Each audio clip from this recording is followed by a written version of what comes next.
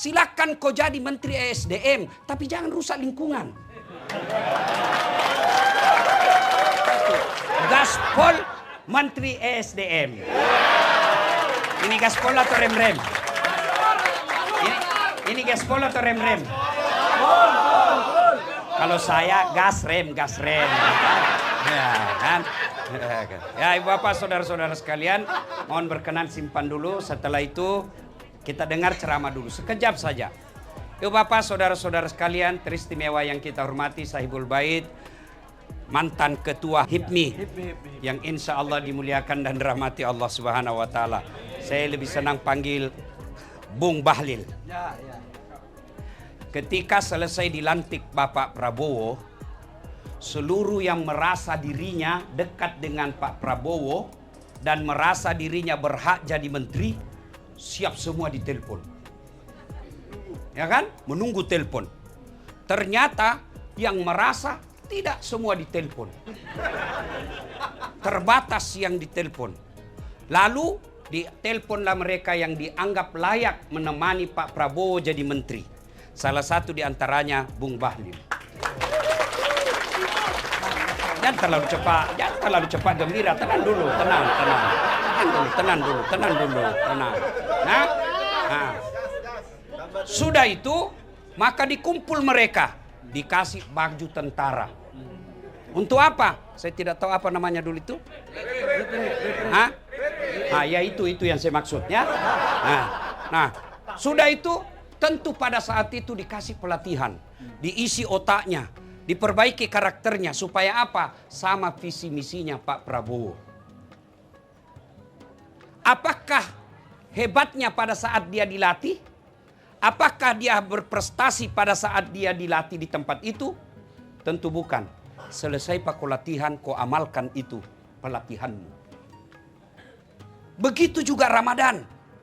Allah tidak semua panggil.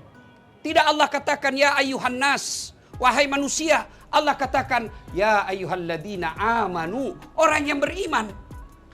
Makanya jangan heran ada orang Islam mengaku beriman tadi tidak puasa. Kenapa? Menunggu telepon tidak ditelepon. Ya, mengaku beriman belum gampang. Tapi yang susah diakui oleh Allah sebagai orang beriman. Nanti Allah tanya, kalau kau beriman kenapa begini caramu menteri? Kalau kau beriman, kenapa orang berjamaah kau tidak datang? Kau enak aja merokok di belakang. Tuh, kau tonje bilang gaspol. Iya toh? Kalau kau beriman, kenapa orang taraweh kau tidak ikut? Iya toh? Iya, bos, dengar dulu bos, dengar dulu.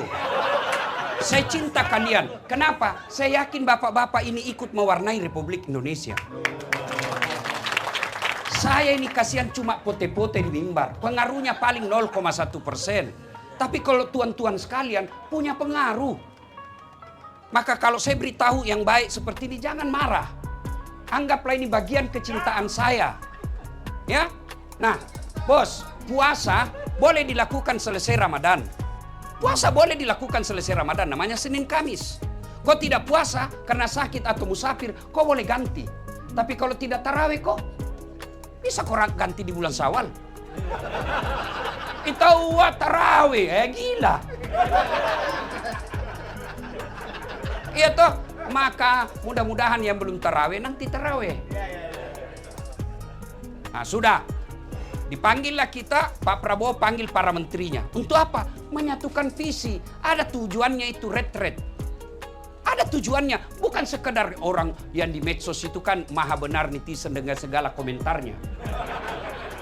Ya kan? Ini habis-habisan anggaran. Ya kan? Nah ada tujuannya. Apa? Menyatukan visi. Tidak bisa jalan pemerintahan Pak Prabowo kalau tidak sama. Menterinya lain maunya, si B lain maunya, maka dikumpul mereka. Begitu juga puasa. Ini pelatihan, retret namanya.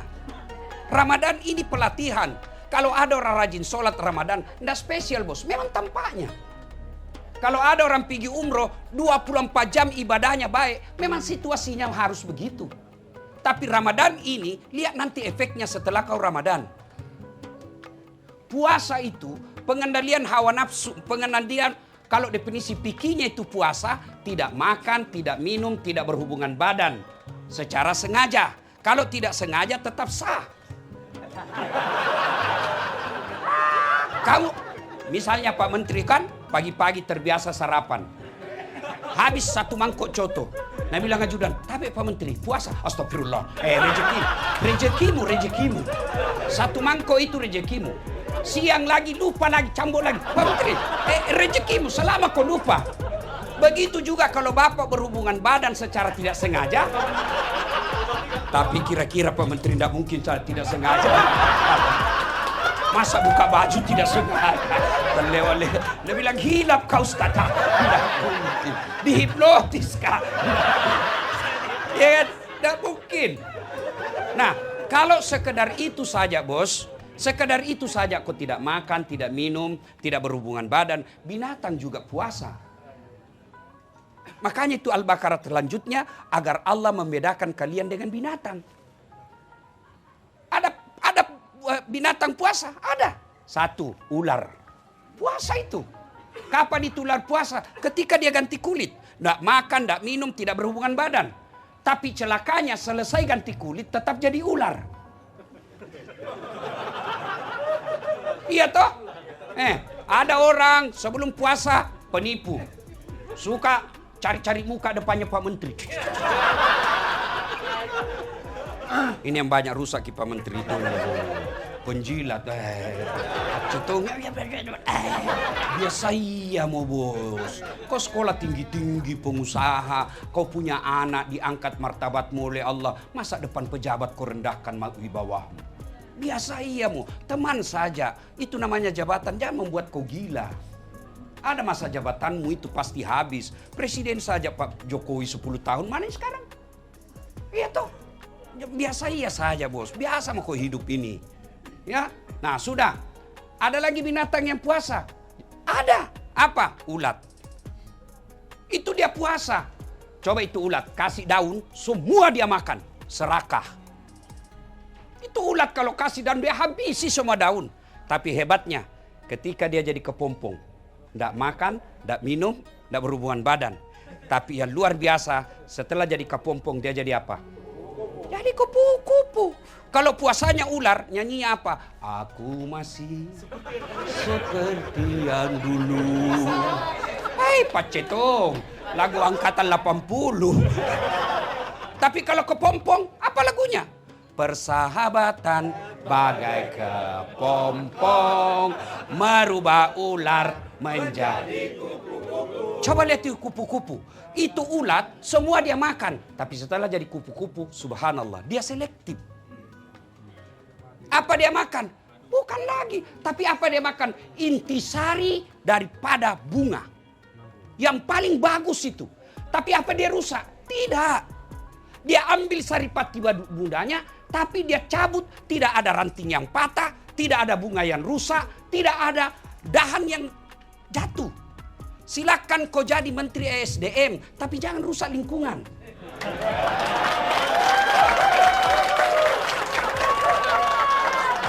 Ya. Oke. Silakan kau dekat dengan Pak Menteri, tapi jangan kau rusak Pak Menteri. Karena kadangkala kasihan Pak Menteri mau normatif hidupnya, tapi datang kau mas semes.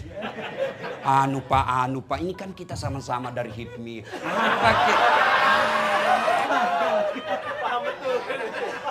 Jangan kau rusak, kau bersyukur ada orang HIPMI yang jadi menteri. Jangan kau rusak citra HIPMI-mu hanya karena kepentingan pribadimu.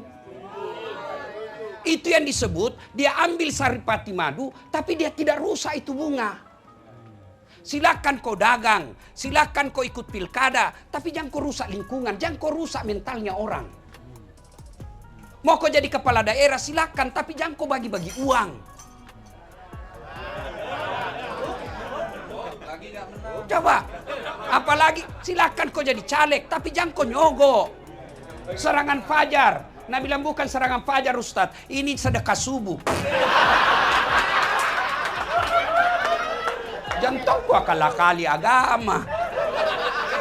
Iya kan? Nah, coba lihat. Setelah dia isap itu saripati madu, dia pindah ke bunga lain. Tapi hebatnya setelah dia pindah, dia tidak rusak yang dia tinggalkan. Tapi apa? Dia bawa kemakmuran bagi yang dia datangi. Itu yang disebut penyerbukan.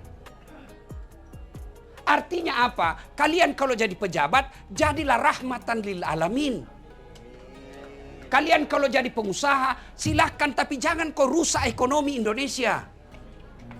Kalian kalau jadi netizen pengamat, boleh kau tidak senang sama seseorang, tapi tetap cintai Republik Indonesia. Kau boleh tangkap itu orang-orang korupsi Pertamina, tapi jangan kau rusak Pertamina. Kenapa? Itu milik negara. Itu yang disebut menjadi rahmatan lil alamin. Inilah makna dari hadis Nabi, hairun nas anfa'uhum linnas. Sebaik-baik manusia adalah yang paling banyak manfaatnya buat orang lain. Biar kau hitam jidatmu, Senin Kamis kau puasa, 3 kali kau tadarus hatam Quran Ramadan, tapi tidak ada orang suka kau. Itu bukan orang mulia di hadapan Allah. Orang mulia di hadapan Allah, orang yang paling banyak manfaatnya. Meskipun barangkali lupa taraweh, tapi semua yang pulang ini dapat amplop.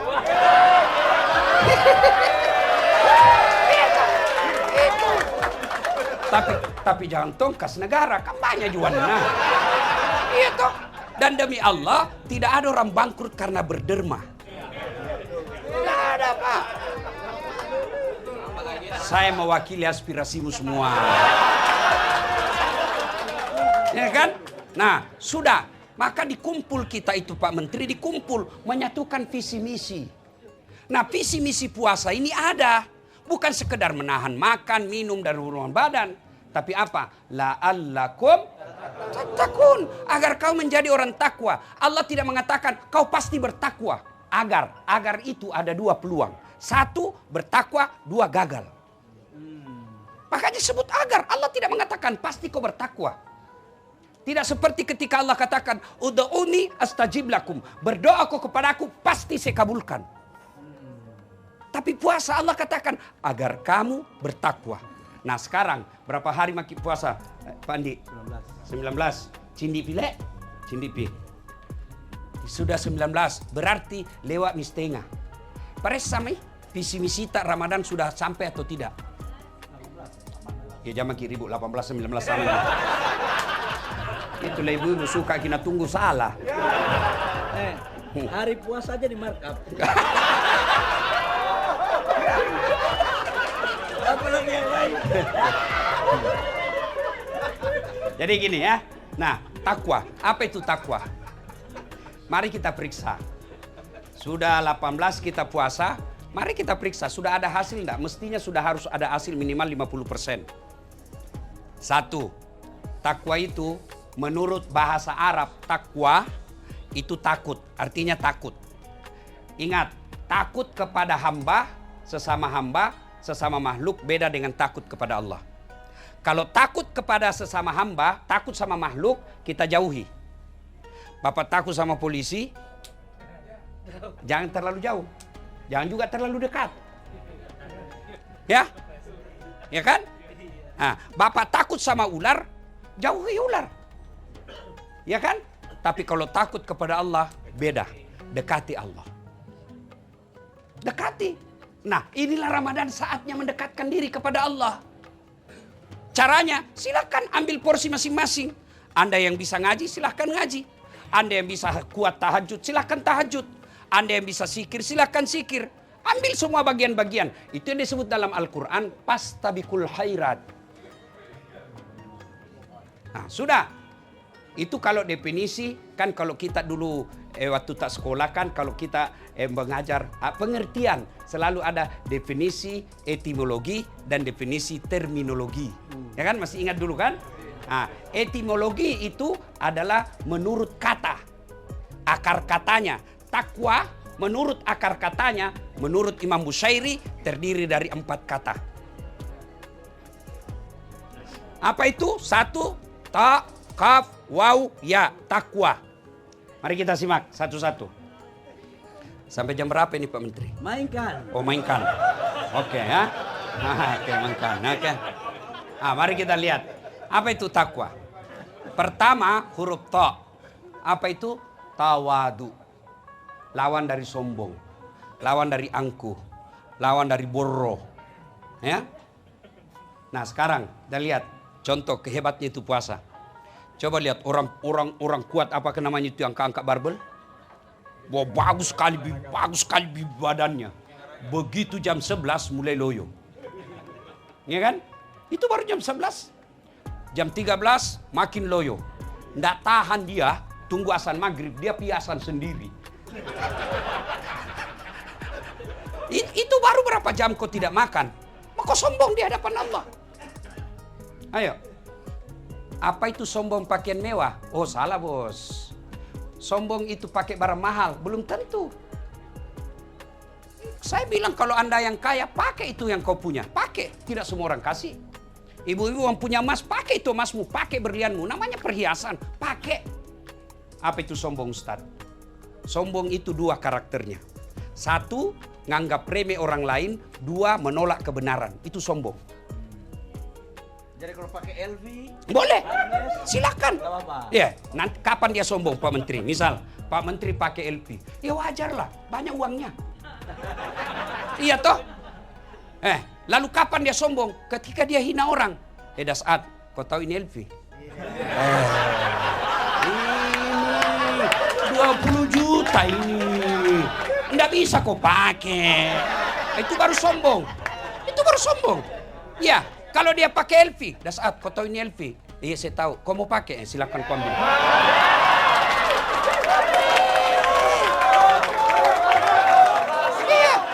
Iya, enggak dilarang. Ya, silakan pakai. Kapan? Bapak-bapak pakai baju krokodil, cap buaya. Yang katanya kalau asli buayanya menghadap ke dalam, kalau palsu menghadap keluar. Dia kepalanya menghadap buaya darat. Iya kan?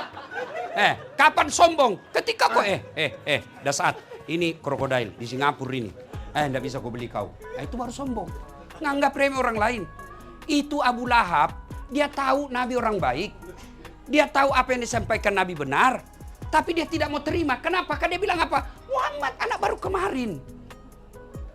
Bani Hasim, suku saya lebih tinggi. Abu Lahab bilang, kenapa kemanakanku? Saya lalu om aku angkat. Dia sombong. Kenapa? Dia menolak kebenaran. Nganggap remeh orang lain. Jadi selama Bapak pakai barang mahal tidak menolak orang lain, silakan. Tidak meremehkan orang lain. Yang penting kamu mampu. Mau kau pakai, tapi kau curi uang negara, bukan cuma sombong, kau perampok. So, apa yang menyebabkan orang datangnya sombong kata Nabi? Satu, tambahnya jabatan. Yang tadinya dari Papua. Yang kau lihat Pak Menteri. Saya Pak Menteri di mimbar ini saya mengaku Bapak orang hebat. Iya Pak.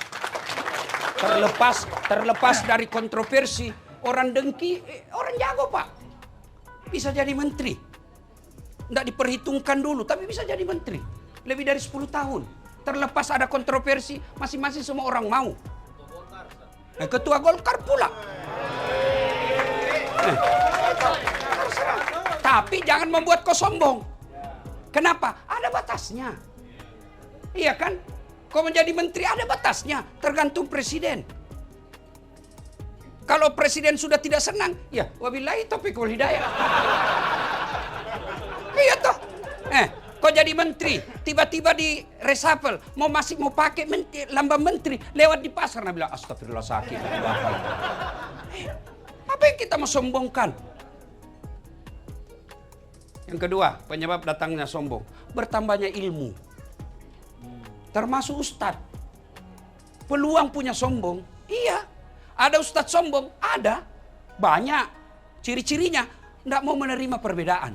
Apa yang mau disombongkan? Seperti saya ini penceramah. Mau sombong? Enggak. Jangan. Kenapa? Saya bisa jago ceramah karena ada penontonku. Bayangkan kalau saya ceramah di sini 2 jam berapi-api. Enggak ada penonton.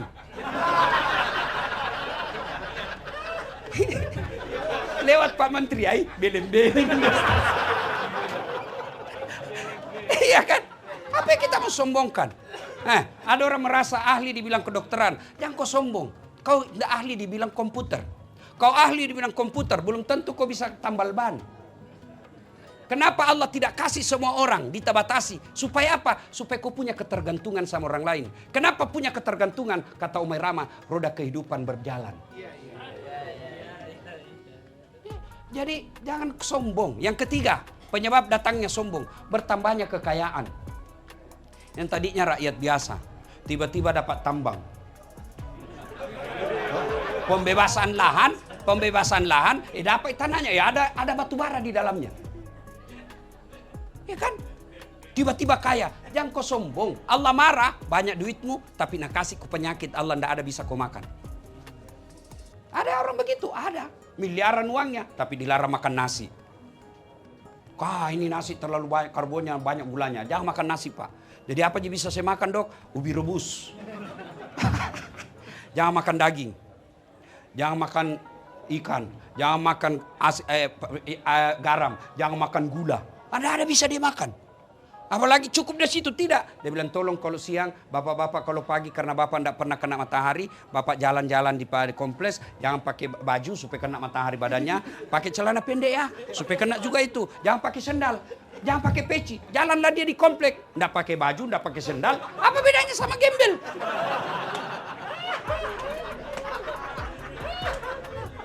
Jangan ketawa, saya serius ini. Nah, yang keempat, bertambah sebab datangnya sombong, yaitu bertambahnya popularitas. Makin terkenal. Jangan sombong, semua ini ada batasnya. Ya, ada manusia, Pak, semua dimiliki ini 4. Dialah pejabat tinggi, raja, cakep, terkenal, bahkan elektabilitasnya paling tinggi sedunia. Namanya Firaun. Paling tinggi elektabilitasnya itu. Biar non-muslim kenal juga, biar orang Amerika kenal juga, cuma namanya Ramses II. Iya kan? Tapi karena dia sombong, Allah ponis dia haram masuk surga. Kalau kita, bos, masih 50-50. Bisa masuk surga, bisa juga masuk neraka. Firaun sudah diponis, tidak boleh dia masuk surga. Kalau kita masih ada harapan. Apa cukup sampai di situ keinginan Firaun? Tidak. Allah hinakan Firaun. Sampai detik ini tidak ada satupun orang HIPMI mau kasih nama anaknya Firaun.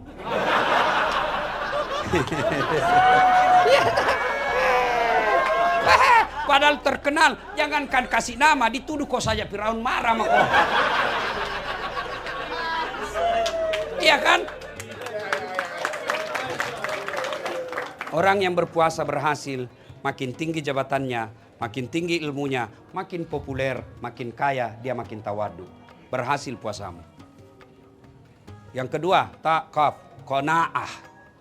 Apa itu? Merasa cukup dengan apa yang dimiliki. Coba lihat kalau mau puasa, buka. Rasanya semua makanan mau dihantam. Ya tahu kalau mau buka, jalan kote, palu butung. Enggak tahu saya kue-kue Jakarta. Rasanya pokoknya semua mau diambil, Pak. Tapi begitu masuk kurma 3, 1 teguk air zam-zam, dihambar semua rasanya yang ada di depan kita. Sebelum buka itulah nafsu. Setelah buka itulah kebutuhan. Saudaraku, berapa banyak orang dipermalukan dan dihina sehina-hinanya di dunia karena tidak punya kepuasan. Saya kalau lihat orang kaya, pejabat, masih korup, saya bilang, apa pila gitu? Kau punya ajudan, tidak pernah ada orang disakiti. Musuhnya pun hormat sama beliau. Ahlaknya baik, ibadahnya sampai bengkak betisnya kalau sholat sunnah. Tapi apa dia pernah merasa miskin? Tidak. Padahal pernah suatu ketika 3 hari 3 malam tidak makan sampai Hasan Husain pucat gara-gara cucunya tidak makan. Itu Nabi, bos, Nabi. Lalu kenapa kita banyak utang? Kenapa kita banyak proposal kiri kanan sampai hilang kita punya harga diri? Karena kau tidak merasa syukur dan puas dengan apa yang kamu miliki. Tidak mungkin Allah ciptakan seorang hamba manusia tanpa Allah sertakan rezeki dengannya. Begini supaya gampang dipaham. Allah kasih kita rezeki 7. Supaya enak gaya hidupmu 6. Masih ada sepingmu 1. Tapi yang jadi masalah Allah kasih kau 10, gaya hidupmu 15. Akhirnya pinjol. Ya baik kalau kau sendiri berhutang, tapi kau datang kasih susah Pak Menteri. Minta apa ke Pak di situ bisa penunjukan langsung apa ke apa. Yang kau merusak. Ya, bersyukur dengan apa yang kita miliki, pasti kaya. Yang ketiga, wow. Apa itu? Wara. Apa itu wara? Mampu menjaga dirinya dari hal-hal subhat. Apa itu subhat? Bahasa politiknya main dua kaki. Abu-abu. Tidak jelas warnanya. Ini biasanya banyak kalau pilkada. Ya, main dua kaki. Subhat namanya kalau bahasa agamanya. Kalau kita berhasil puasa, jangankan yang subhat, ya, yang halal saja mampu kita tahan. Contoh air putih, halal atau haram? Halal atau haram? Halal. Siang? Bukan haram, tahan. Buka pi. Istri di rumah halal atau haram? Halal. Jam 12 siang? Tahan. Buka pi. Boleh kau pakai buka puasa? Boleh. Tapi kalau kira-kira 30 tahun maka sama bos. Tenamo. Dicoli-coli ya.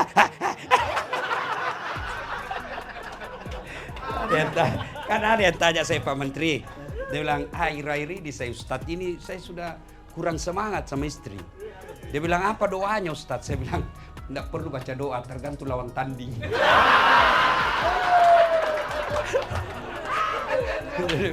Dia bilang, Ustadz, ada lagi yang tanya saya Pak Menteri, Ustadz, apakah doanya itu supaya berani hadapi istri?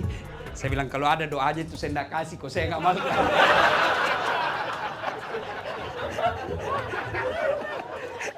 Ya kan? Ayo. Air putih, nasi, kalau kita orang puasa, kita tunggu. Boleh enggak pejabat? Glamor hidupnya, hedon, pamer-pamer. Tunggu sampai rakyat sejahtera.